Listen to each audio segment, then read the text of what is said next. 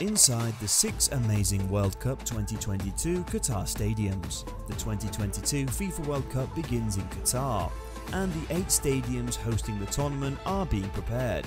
They are also, to put it mildly, attractive.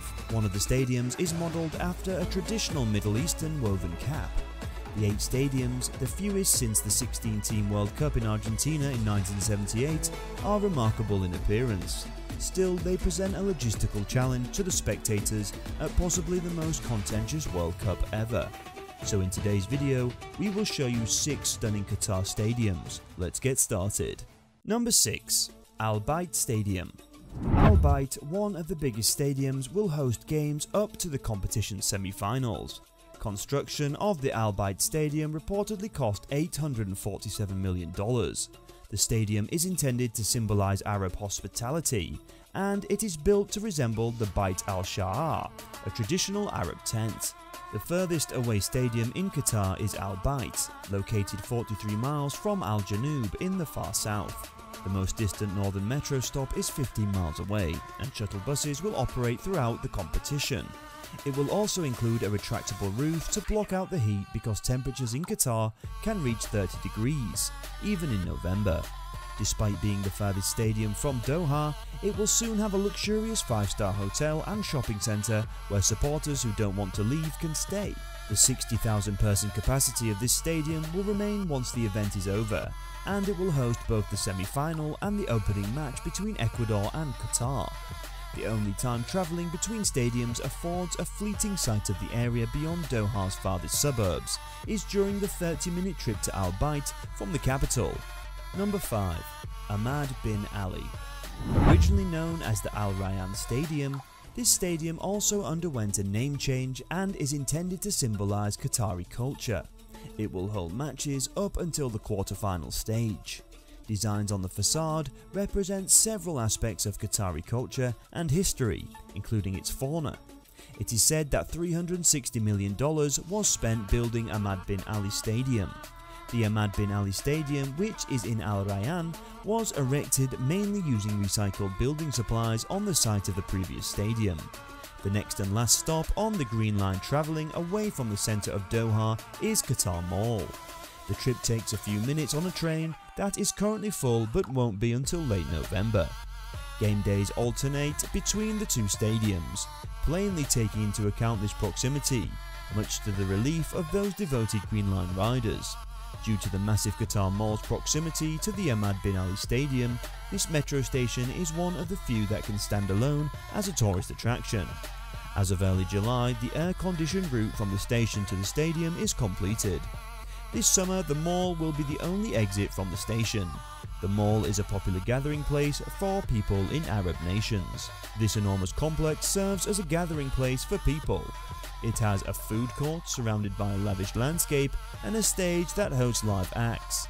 There aren't any bars or pubs in Qatar, unlike the neighbouring city of Dubai, and no eateries here serve alcohol. There are no other places to buy alcohol in Qatar outside hotels, many of which have bars and eateries on site, and the fan zone, which will be in Doha Central Park.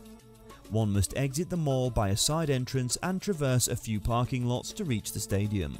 As is typical in Qatar, during the height of the summer, these lots are vacant as people seek safety in their air-conditioned houses. Fans can expect a great environment at the World Cup, which an official spokeswoman described as a unique opportunity to convey a true image of the Arab world as a peaceful and hospitable region. Number 4. Education City Stadium. Al Rayyan, like Al Wakra, is nominally a distinct city from Doha but part of the same urban sprawl. Education City is located there. The Doha Metro is entirely functional. Numerous extended road and highway networks interconnecting stadiums are finished, and new hotels and tourist attractions keep opening. Fans can also be transported from A to B by 800 electric buses. The service is flawless, and the trains run on time, clean and effectively. Yet tickets to the VIP car have nicer seats and higher ticket prices, yet tickets there cost about 50 cents. A famous sight in the Muslim world is a carriage just for ladies, kids or men travelling with kids. Before getting on a train, riders must display an app indicating they have received a COVID-19 vaccination and if guests have passed a current test. There are no unnecessary delays in the heat thanks to the empty tram that runs between the various places on the site.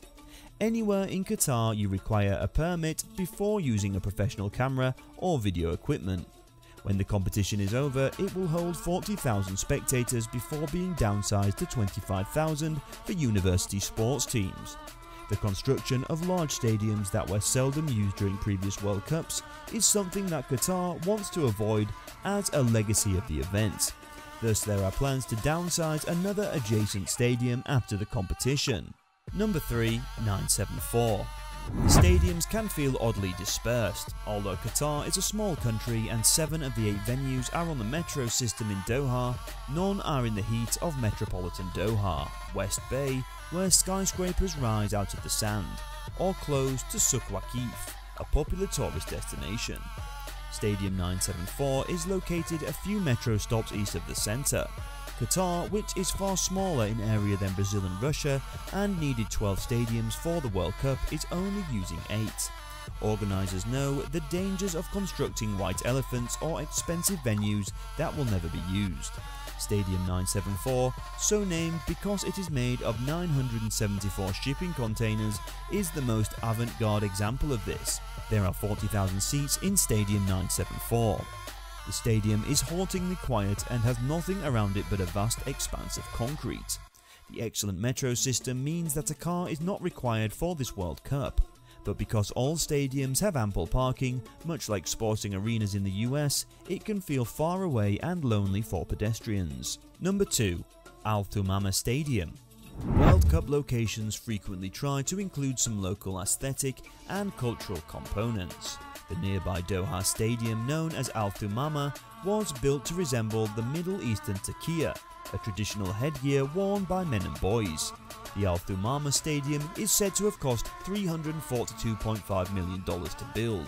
There are signs indicating both a VIP entrance and a VVIP entrance on the road leading to the stadium, designating a group that is likely to include royals and national leaders eager to celebrate their nation's success at the most watched event in the world. This one was the only stadium where access to the perimeter was restricted last month. South Asian construction workers wearing blue overalls and yellow bibs were finishing the complex with only a few months left.